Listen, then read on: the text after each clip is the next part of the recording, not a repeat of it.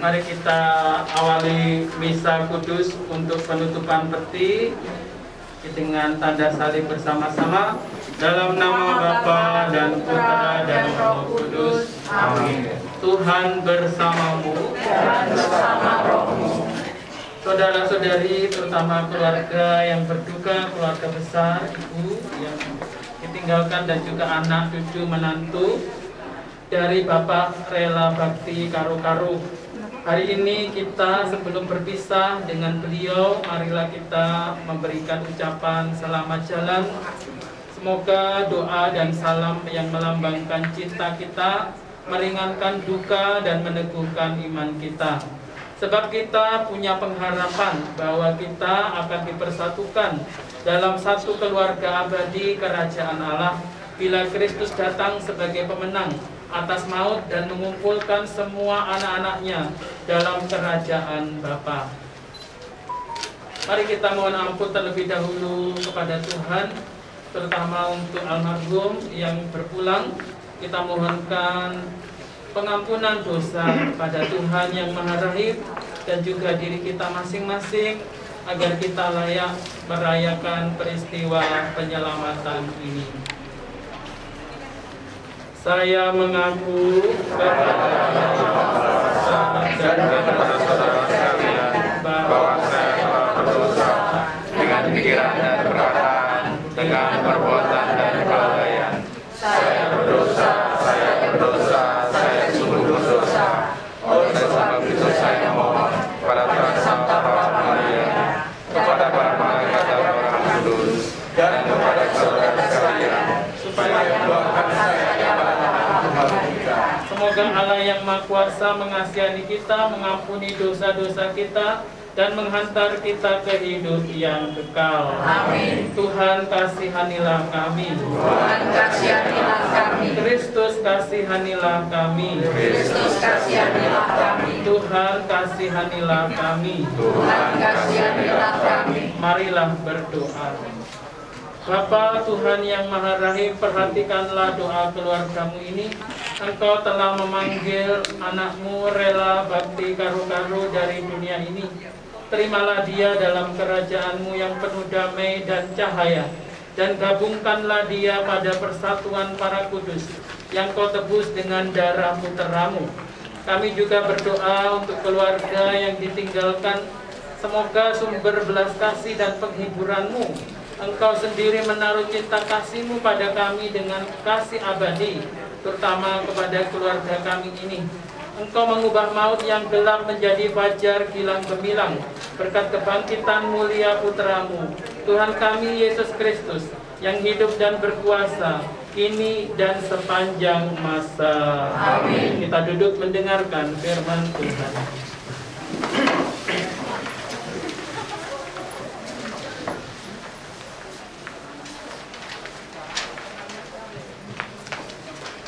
Bacaan dari kitab kebijaksanaan. Orang jujur akan menikmati ketentraman meskipun mati sebelum waktunya. Sebab kehormatan seseorang tidak diukur menurut panjangnya usia dan tidak dihitung menurut jumlah tahun. Sebaliknya, pengertianlah yang bernilai sebagai uban dan hidup yang tak bercela bernilai sebagai usia lanjut. Karena hidupnya baik, orang jujur dicintai Allah. Ia diambil dari tengah-tengah kaum berdosa dan disembah, supaya budinya tidak dijerat tipu daya.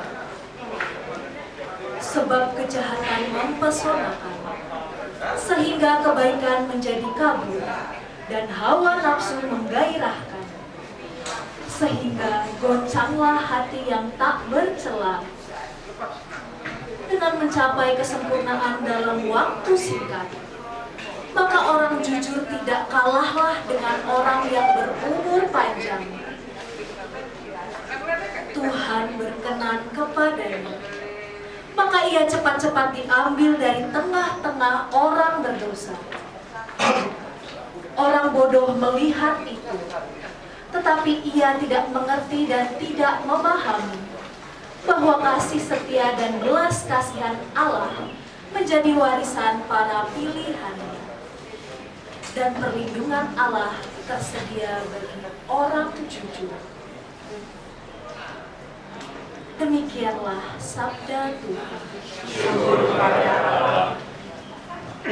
Mari kita tanggapi sabda Tuhan dengan buku nomor 90. Halaman 90. Aku percaya kepadamu, Tuhanlah pengharapanku. Dari jurang ku panggil Engkau Tuhan, dengarkan seruanku, palingkan telingamu kepadaku, indahkanlah doaku. Aku percaya kepadamu, Tuhanlah pengharapanku. Monggo. Haleluya, haleluya, haleluya, haleluya,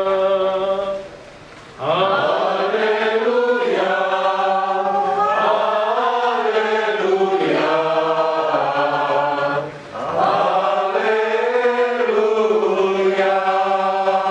Akulah kebangkitan dan kehidupan. Barang siapa percaya kepadaku akan hidup. Haleluya, haleluya, haleluya. Tuhan bersamamu dan bersama rohmu. Inilah Injil Yesus Kristus menurut Yohanes. Ketika Yesus sampai di Betania, Lazarus sudah 4 hari lamanya dikubur. Jarak Betania dari Yerusalem tidak lebih dari 3 km.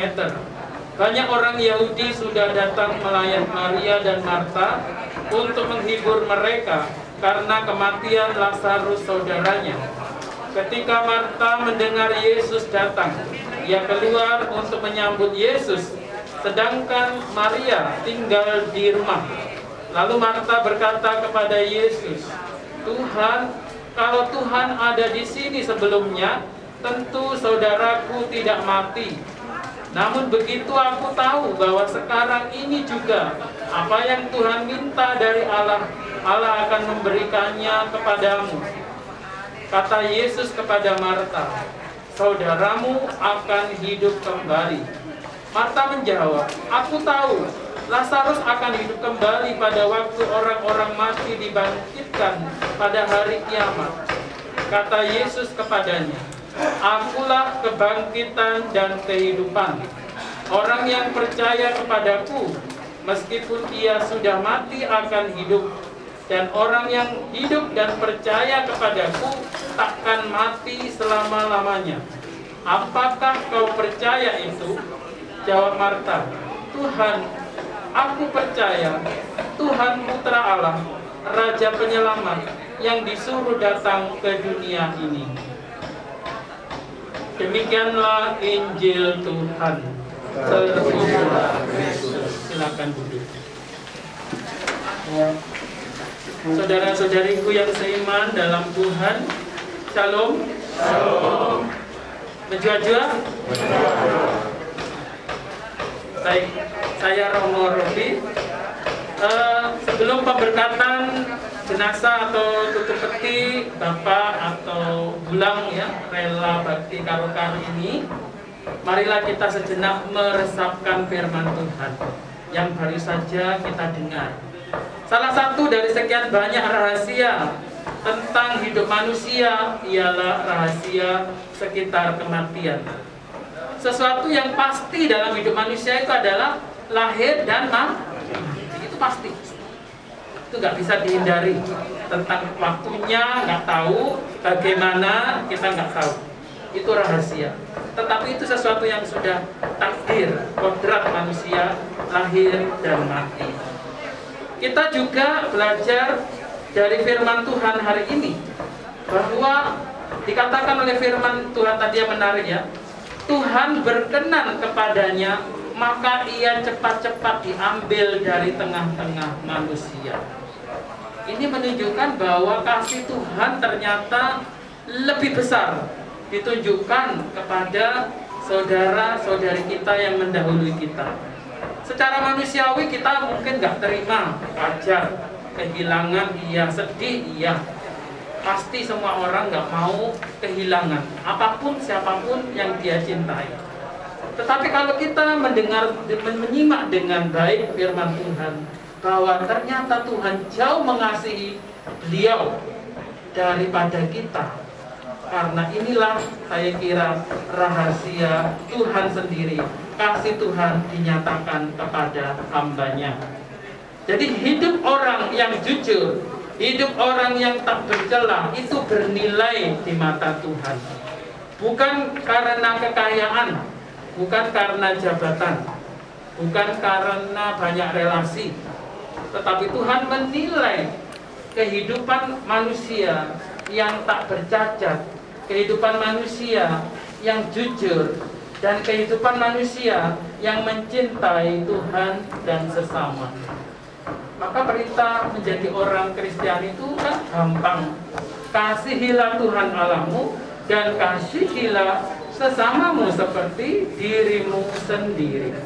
Kalau dua itu sudah kita lakukan dengan sungguh-sungguh, sudah kita menjadi orang atau anak yang dikasihi Tuhan. Dalam kitab kebijaksanaan tadi kita mencoba untuk menghibur saudara-saudari kita yang sedang bersedih, untuk dapat memahami, menerima kematian itu sebagai sesuatu yang tak perlu terlalu dirisaukan. Sebagai seorang yang mempunyai iman kuat dan mendalam, dalam kitab kebijaksanaan ini tadi dilukiskan bahwa Allah dilihat sebagai Bapa yang sangat bijaksana. Allah sebagai Bapa yang melihat anaknya yang hidup baik, hidup saleh, hidup taat, hidup jujur di hadapannya. Inilah orang yang dibenarkan Allah bila ia hidup berkenan di hadapan Tuhan. Sehingga tadi dikatakan ia diambil dari tengah-tengah kita karena kasih Allah yang begitu besar. Tuhan Yesus wafat di salib. Apakah Allah membenci dia? Apakah Allah menghukum Yesus? Tidak. Tetapi justru Allah menunjukkan kasih-Nya yang besar kepada manusia, sehingga ia rela wafat disalibkan dan menjadi penebusan bagi kita manusia. Kalau kita manusia sendiri berharap untuk selamat dari dirinya sendiri tidak akan mungkin. Kita berdoa tidak akan kuat berdoa 24 jam non-stop misalnya. Kita berpuasa lebih 40 hari seperti Yesus, 40 malam kita nggak kuat. Dari usaha manusia kita tidak akan mampu untuk memenuhi perintah kasih Tuhan. Tetapi Yesus bersedia sebagai putra Allah menjadi korban penebusan kita, menggantikan hukuman yang seharusnya ditimpakan pada kita oleh darahnya yang tertumpah di kayu salib. Maka ia menjadi korban yang berkenan di hadapan Allah. Maka dalam Ekaristi kan dikatakan, inilah tubuhku yang diserahkan bagimu. Inilah diri Yesus sepenuhnya diserahkan kepada kita. Inilah darahku yang ditumpahkan bagimu demi pengampunan dosa. Jadi penumpahan darah Yesus di salib tidak sia-sia. Karena itu ada korban penebusan dosa-dosa yang tidak bisa ditebus oleh manusia sendiri. Manusia sendiri tidak akan mampu menebus dosanya sendiri. Hanya Allah sendiri yang menjadi manusia dan wafat di salib, itulah yang mampu menebus dosa manusia. Meninggalnya seorang beriman adalah kehendak Allah, dan kehendak Allah itu adalah demi kebahagiaan manusia itu sendiri. Kalau secara manusiawi, Bapak sudah lama sakit, ya, menderita pastinya. Sakit, kita tahu bagaimana keluhan-keluhan beliau, ya kan? Ya, kalau secara manusia kita berpikir ini yang terbaik untuk Bapak, jangan sakit lagi. Dia sudah dibebaskan dari sakit penyakit secara badani, ya. Secara manusia kita berpikir, tapi kita juga harus berpikir juga bahwa inilah kehendak Allah. Kehendak Allah itu yang terbaik bagi kita, bagi manusia. Pada waktunya Allah memanggil anaknya kembali pulang ke rumah. Kalau Bapak Ibu orang Karo kan Bonapa Sokitnya kan di tanah Karo sana. Kan suka kan kalau pulang kampung, mau ngabisan tahun baru ya, pulang kampung, dia kumpul keluarga. Tuhan pun juga sama, ingin anak-anaknya pulang kampung ke rumah Bapak, ya, supaya kita semua dikumpulkan di sana, di rumah Bapak. Pada waktunya nantinya, satu persatu, anak-anaknya dikumpulkan, pulanglah, mulak mahamu, pulanglah ke rumah Bapak. Ya, jadi kita ya memang bersedih, tapi juga harus juga bahagia. Karena kembali ke rumah Bapak itu adalah kebahagiaan. Maka dari itu, anak-anakku, saudara-saudariku yang dikasihi Tuhan, terimalah ini sebagai kehendak Allah. Maka hatimu akan lega, akan ikhlas, penuh damai, dan Bapak pun juga dangadong nang mangabat-abat. Nggak ada yang menghalang-halangi, ya. Ikhlaskan jalannya menuju ke rumah Bapak. Baiklah, hari ini firman Tuhan semua menyapa kita. Hidup di dunia hanya sekali, hiduplah dengan tidak bercela, hiduplah dengan jujur, hiduplah dengan menjadi perkenanan bagi Tuhan, hiduplah dalam kasih, karena itulah satu-satunya jalan kita menuju ke rumah Bapa. Semoga acara pemakaman nanti berjalan lancar, keluarga sehat-sehat, ya, yang pulang ke kampung atau kemana kembali juga dengan sehat-sehat, itu doa kita.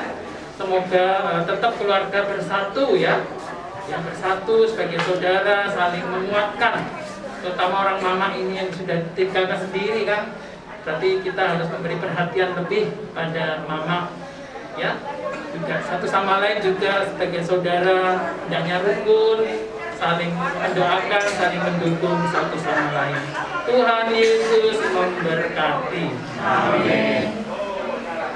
Mari kita berdiri untuk mengucapkan doa permohonan kita. Marilah kita doakan saudara kita pada Tuhan Yesus Kristus, sebab Kristus telah berkata, barang siapa percaya kepadaku dia akan hidup sekalipun sudah meninggal, dan setiap orang yang hidup dan percaya padaku akan hidup selama-lamanya.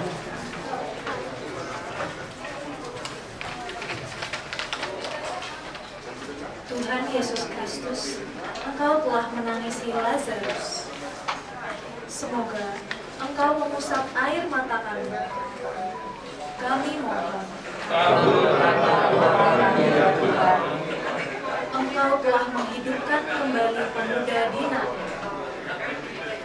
anugerahkanlah hidup kekal kepada Bapak Rela Bakti.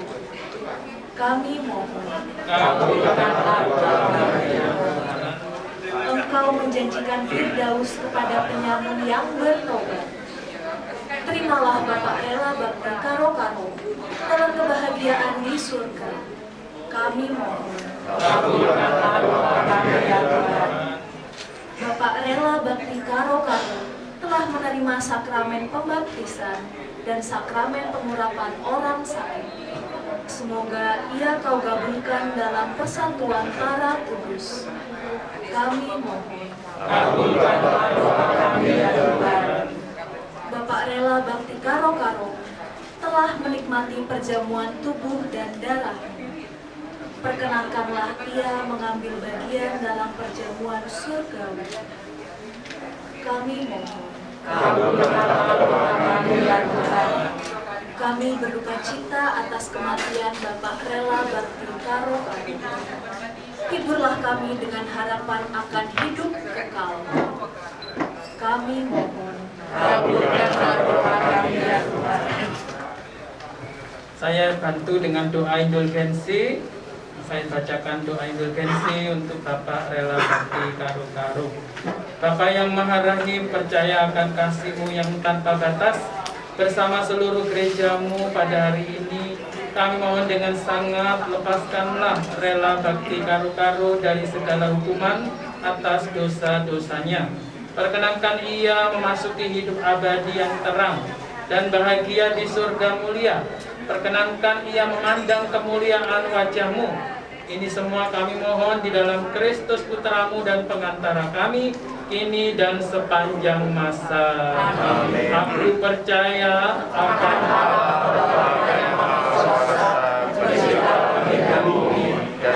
Yesus Kristus Putranya, Tunggal Tuhan kita, yang dikandung dari Roh Kudus, dilahirkan oleh Maria, yang kita disalibkan, wafat dan dimakamkan, yang bertempat penantian pada hari ketiga bangkit dari antara mati, yang naik ke surga pada Bapa yang Maha Kuasa, dari situ yang akan datang mengadil orang dan mati. Aku percaya pada Roh Kudus, gereja Katolik yang kudus, persekutuan para kudus, pengampunan dosa, kebangkitan badan, kehidupan kekal. Amin. Bapa kami yang ada di surga, dimuliakan namamu, datanglah kerajaan-Mu, jadilah kehendakmu di atas bumi seperti dalam surga. Berilah kami rezeki pada hari ini, dan ampunilah kesalahan kami, seperti kami pun mengampuni yang bersalah kepada kami, dan janganlah masukkan kami ke dalam percobaan, tetapi bebaskanlah kami dari yang jahat. Amin. Salam Maria, penuh rahmat, Tuhan bersamamu, terpujilah engkau di antara wanita, dan terpujilah buah tubuhmu Yesus. Santa Maria, Bunda Allah, doakanlah kami yang berdosa ini, sekarang dan waktu kami mati. Amin. Ya Yesus yang baik, ampunilah dosa-dosa kami, selamatkanlah kami dari neraka, dan hantarkanlah jiwa-jiwa ke dalam surga, terutama mereka yang sangat membutuhkan pertolongan. Silakan duduk, kita lanjutkan dengan liturgi Ekaristi. Mari kita iringi dengan lagu persembahan. Kami menunjukkan kami serahkan kebebasan dan kemerdekaan. Ingatan budi kehendak hati. Kami serahkan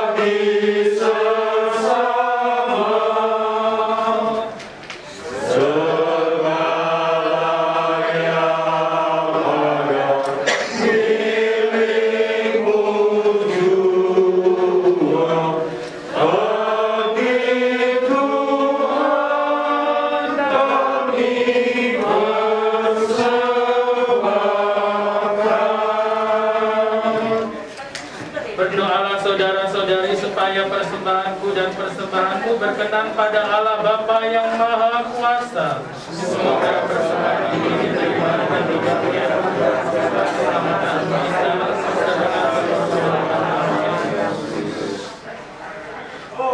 Tuhan Bapa kami, puteramu telah mempersembahkan diri kepadamu sebagai kurban hidup di kayu salib.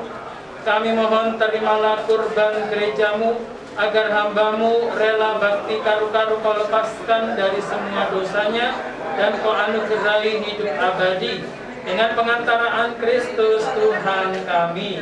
Amin. Tuhan bersamamu. Marilah mengarahkan hati kepada Tuhan. Marilah bersyukur pada Tuhan Allah kita. Sungguh pantas dan benar, layak dan menyelamatkan bahwa kami selalu dan dimanapun bersyukur padamu Tuhan Bapa yang kudus, Allah Maha Kuasa dan kekal, dengan pengantaraan Kristus Tuhan kami, piala keselamatan dunia, kehidupan umat manusia, kebangkitan orang-orang mati. Dengan pengantaraan Kristus itu bala malaikat yang bersuka cita di hadapanmu dalam keabadian, menyembah keagunganmu. Kami mohon, perkenankanlah kami memadukan suara dengan mereka dalam sukacita sambil berseru, Kudus, kudus, kudus Tuhan, Allah segala kuasa, surga dan bumi penuh kemuliaan. Terpujilah Engkau di surga, diberkati yang datang dalam nama Tuhan. Terpujilah Engkau di surga. Sungguh kuduslah Engkau Tuhan, sumber segala kekudusan. Maka kami mohon, kuduskanlah persembahan ini dengan pencurahan roh-Mu, agar bagi kami menjadi tubuh dan darah putramu Tuhan kami, Yesus Kristus. Ketika Dia diserahkan untuk menanggung sengsara dengan rela, Dia mengambil roti, dan sambil mengucap syukur, Dia memecah-mecahkan, lalu memberikannya kepada murid-muridnya seraya berkata, Terimalah dan makanlah, inilah tubuhku yang diserahkan bagimu.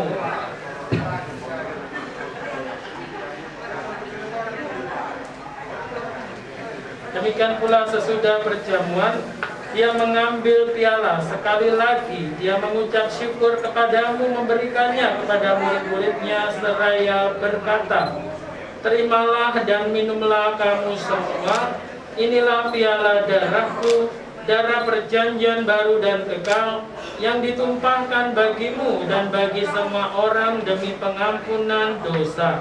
Lakukanlah ini sebagai kenangan akan daku.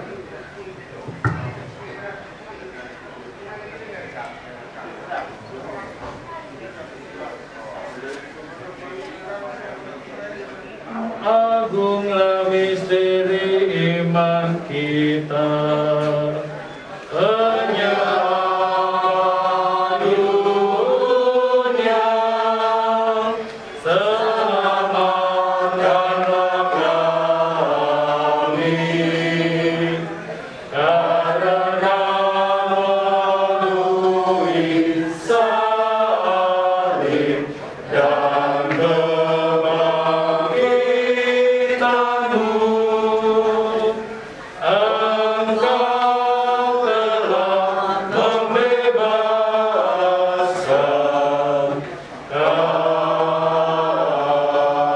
kami. Sambil mengenangkan wafat dan kebangkitan Kristus, kami mempersembahkan kepadamu Bapa roti kehidupan dan piala keselamatan. Kami bersyukur sebab kami Kau anggap layak menghadap Engkau dan berbakti kepadamu.